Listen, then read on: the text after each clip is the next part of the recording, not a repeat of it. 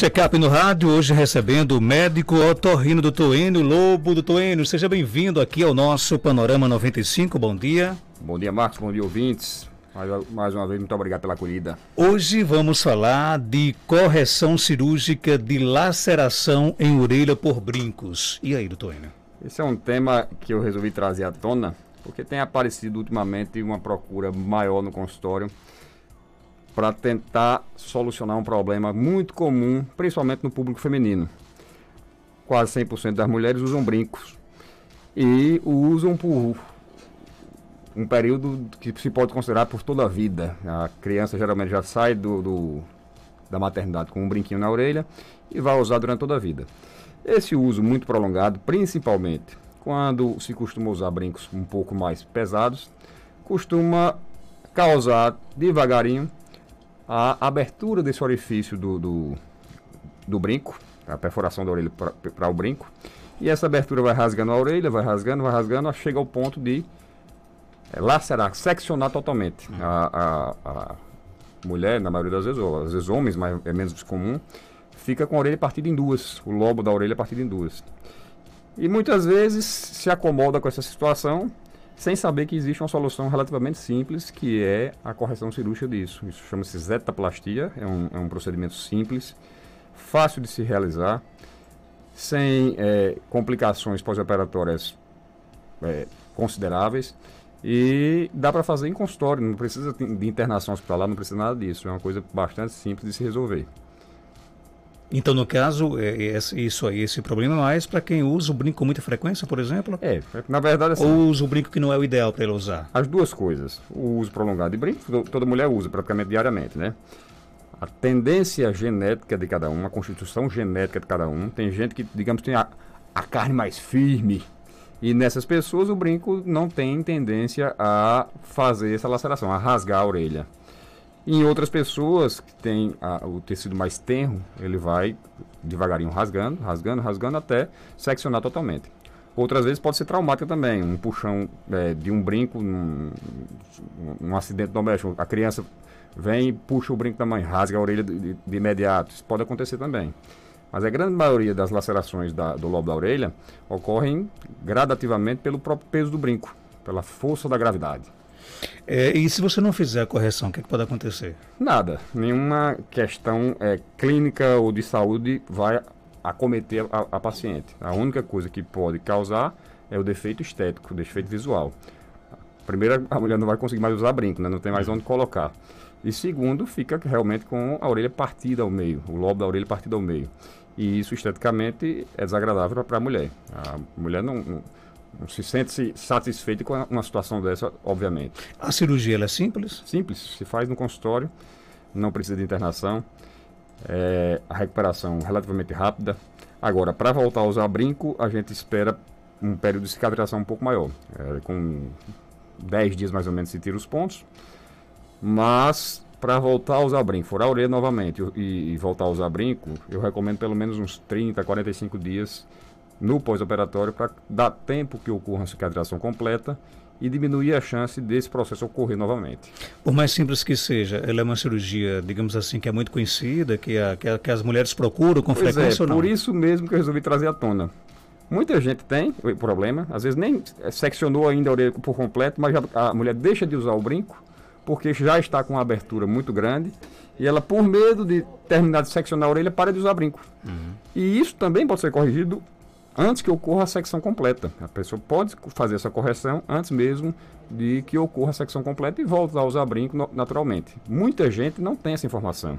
Acha que só pode corrigir se tiver totalmente seccionado, ou acha que só pode corrigir em ambiente hospitalar, com internação, com um risco maior. E isso não é o fato, não é a realidade. A realidade é que é um procedimento relativamente simples, a recuperação rápida, se faz em consultório, não tem nenhuma complicação maior para se realizar o procedimento. Então, o ideal nesse caso não é, por exemplo, deixar para procurar o especialista ou otorrino quando a orelha já estiver totalmente partida? Seria o ideal que fizesse antes de partir totalmente. Por quê? Porque ganha-se tempo, digamos assim. A mulher que tem a orelha já com uma abertura do orifício do brinco muito grande, fatalmente uma hora vai terminar partindo por completo. E ela vai esperar mais aí quantos meses até que parta. E às vezes até para de usar o brinco. Então não precisa esperar que ocorra a secção completa do lobo para que se faça a cirurgia, não. Mas aí fica a critério de cada paciente. Se ela quiser esperar que ocorra a secção, não tem problema. É como eu disse, clinicamente, em termos de saúde para o paciente, não vai ter diferença. É só questão de praticidade. E de estética também, de se sentir bem com você mesmo, né? Exatamente. Doutor, eu tenho uma pergunta aqui do nosso ouvinte, no nosso WhatsApp, 3421-2272, né? Doutor Enio, sobre os pelos do nariz, pois eu tenho e fico incomodado. Já tirei, não totalmente, por 2 vezes. Quero saber a maneira correta, se é benéfico ou faz mal retirar os pelos do nariz. Depilar eu não recomendo. A depilação dos pelos nasais, o nariz é uma região contaminada, naturalmente contaminada. Então, no que você faz a remoção do pelo por depilação, você abre o poro, a raiz do pelo, digamos assim, fica aberta, e podem adentrar bactérias nessa região, causar uma infecção local, e isso eu já vi paciente ter um abscesso de septo. O abscesso é como se fosse uma coleção de pus embaixo da mucosa, e essa coleção purulenta ela pode destruir totalmente ou parcialmente a cartilagem. Essa cartilagem do septo nasal, se ela for destruída, vai haver uma alteração na estrutura do nariz e uma deformidade nasal para o resto da vida. Então, por uma simples depilação, todo esse processo pode ocorrer. Então, eu não recomendo que se depile e sim cortar. Cortar pode, não tem problema. Com cuidado, obviamente, se for usar um instrumento como uma tesoura, alguma coisa desse tipo, de não ter o risco de bater a ponta da tesoura e também machucar o nariz, mas pode ser cortado. Agora, depilação, eu não recomendo. E com muito cuidado, né? Com muito cuidado. Eu aprendi aqui nas suas participações que uma das partes mais sensíveis do nosso corpo é o nariz, né? O nariz é bastante sensível. Ok, tem uma forma, por exemplo, você pode usar uma tesoura, você pode usar uma pinça, o que é que você indica? Existem instrumentos próprios para isso. Se você pesquisar na internet, instrumento para corte de pelo nasal, vai encontrar. É um equipamento elétrico, digamos assim, você carrega na tomada ou então troca a bateria, troca a pilha, e ele faz como um barbeador elétrico o mesmo trabalho no corte dos pelos. Eu diria que é o ideal, é o mais seguro, que não vai causar nenhuma lesão na mucosa, não vai causar nenhuma lesão no nariz. Mas se for por uma pessoa experiente, que tenha noção realmente do que está fazendo, a tesoura pode ser usada também sem problema. Ok, tem pergunta aqui no nosso WhatsApp, 3421-2272, bom dia. Doutor, bom dia. A semana passada eu fiz essa pergunta, mas devido estar no trabalho, não tive como escutar a resposta. Eu tenho um negócio na garganta que eu não sei explicar bem o que é. É como se fosse um nó de coentro na garganta, que nem desce nem sobe. Aí eu queria saber se... Eu já fiz ultrassom, já fiz um monte de coisa, mas não deu nada, graças a Deus. Eu não sei dizer o que é isso. Tomara que o nosso ouvinte escuta agora. E aí, doutor? Tomara que ele escute realmente, porque o sintoma dele está muito mal definido. Se nem ele sabe explicar o sintoma, fica difícil a gente dar uma opinião. Ele até colocou aqui, como se o pinguelo encostasse na garganta. Isso pode ser uma das causas. Então, o sintoma dele não está bem definido, não dá para eu dar uma opinião muito bem firmada. Teria que ser realmente avaliado o paciente para a gente colher melhor essas informações e, através do exame, dar um diagnóstico. Mas pode ser uma série de fatores.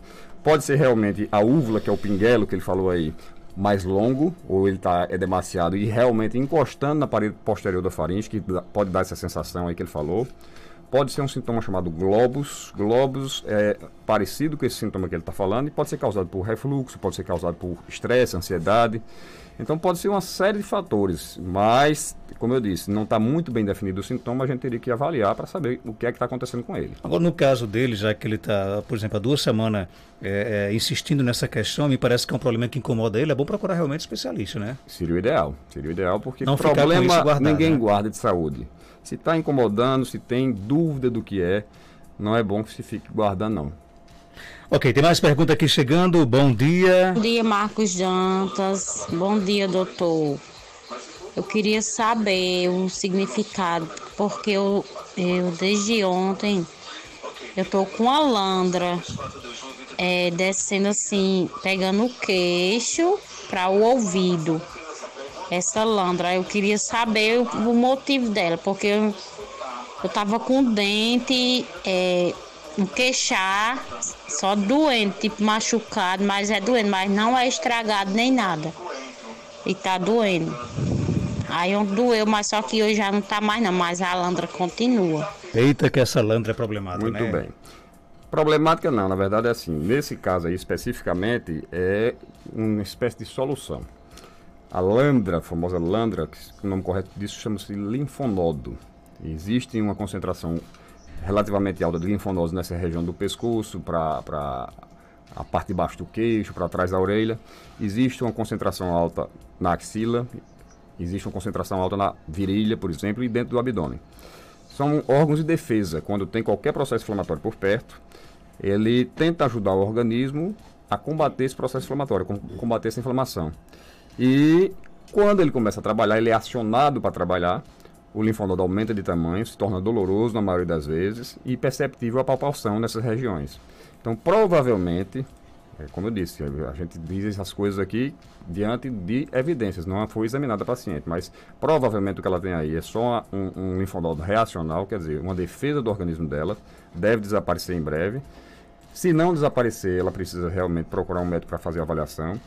Agora, a afirmação dela que o queixado dela não está inflamado, provavelmente não procede. Esse dente dela que andou incomodando, ao ponto de desencadear um processo de defesa do organismo com esse linfonodo aumentando, é bem provável que esse dente dela esteja inflamado sim e ela achando que não. Então, o primeiro passo que eu acho que ela deve dar é em direção ao consultório do dentista dela. Fazer uma avaliação, porque deve ter alguma coisa nesse dente para ter causado isso aí. Doutor Enio, nosso ouvinte pergunta aqui, sempre que me alimento, fico com um pigarro na garganta, é normal? Não, não é normal. Isso aí pode ser uma evidência de a pessoa ter refluxo. É muito comum, após a alimentação, o refluxo ser exacerbado, ser piorado, digamos assim. O que é o refluxo? O ácido do estômago, ele deve ficar contido só dentro do estômago. Ou do estômago para baixo, digamos assim. Nunca para cima, nunca em direção ao esôfago e à garganta. Quando ocorre esse movimento contrário ao ideal, quer dizer, o ácido subindo, aí isso chama-se refluxo. E ele, quando chega na garganta, pode dar esse pigarro. Quando é relacionado com a alimentação pós-prandial, que a gente chama, fortalece ainda mais a suspeita. Então, eu diria que a principal suspeita aí seria em relação a refluxo. Pode ser uma faringite alérgica também, algum outro processo inflamatório da garganta, mas o principal motivo de suspeita aí seria refluxo. Tem mais pergunta aqui no nosso WhatsApp, 3421-2272, bom dia. Bom dia, Marcos. Bom dia, doutor Enio. Eu queria saber porque, assim, eu amanheço o dia bem. Depois que eu tomo café, sei lá, eu não sei se é depois de que eu tomo café ou se é... Eu sei que eu sinto um negocinho tipo como se fosse um coraçãozinho na garganta. Às vezes é no estômago e às vezes é na garganta. Isso pode ser o quê? Alguma coisa de refluxo? E aí, doutor Enio? Não me parece ter relação com refluxo, não. Pode ser algum processo inflamatório subclínico da garganta, uma coisa leve, que não ela perceba dor, mas que dá esse sentimento de palpitação, digamos assim, na garganta. Mas aí não dá para realmente afirmar o que seja não, porque também é um sintoma um pouco vago. Não dá para a gente definir só por esse sintoma não. Seria bom ela ser avaliada para saber o que é. Doutor Enio, tem uma amiga que de vez em quando, de vez por outra, ela coloca sangue pelo nariz do nada, né? Por que ocorre isso? Ela tem 51 anos de idade. A grande maioria dos sangramentos nasais, ou epistaxe, que é o nome correto, elas ocorrem por uma fragilidade da mucosa nasal. A mucosa nasal, como eu muitas outras vezes já comentei aqui, ela é muito exposta ao movimento da respiração da gente, ao movimento respiratório, esse vento provoca pela respiração. E isso provoca muitas vezes um ressecamento dessa mucosa.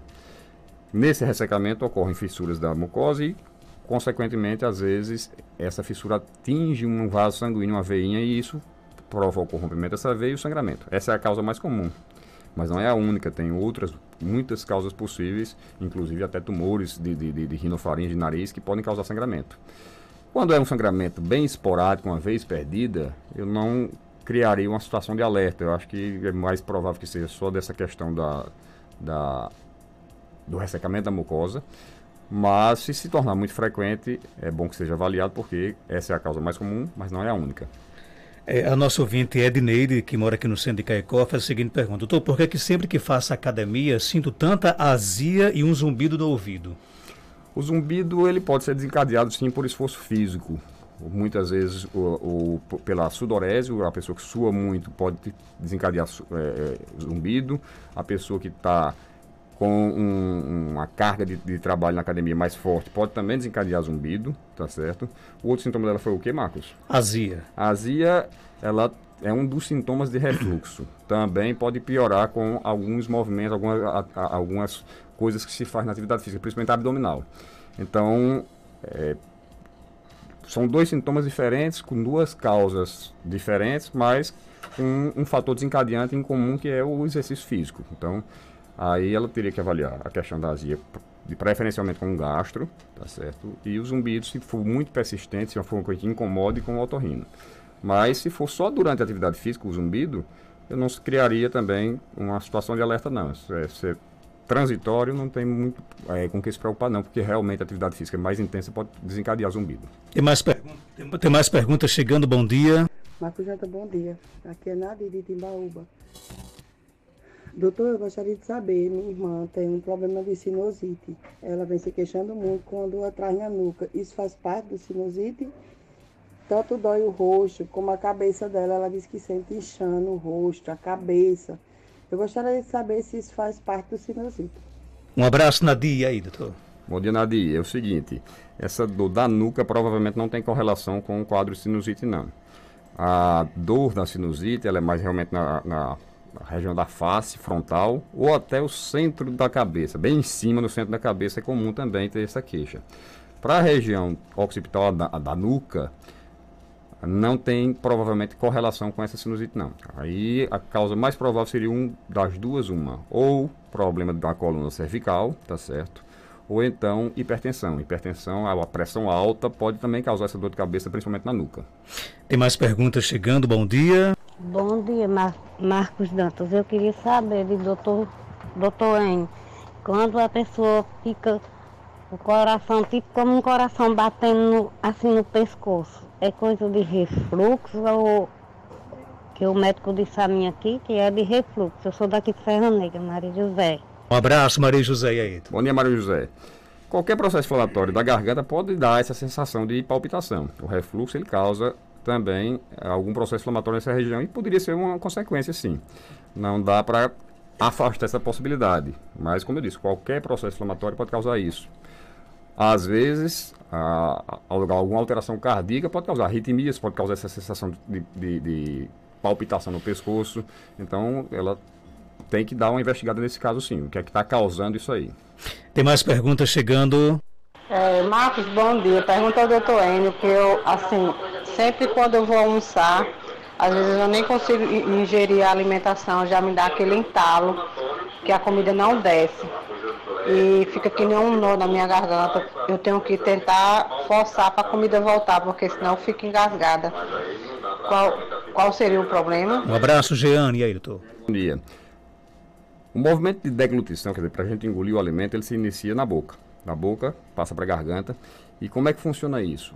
A parte mais superior da garganta vai se fechando e empurrando o alimento para baixo. E isso funciona como uma onda. A parte mais superior vai depois sendo mais para a parte média e depois para a parte mais inferior e impulsiona o alimento a descer.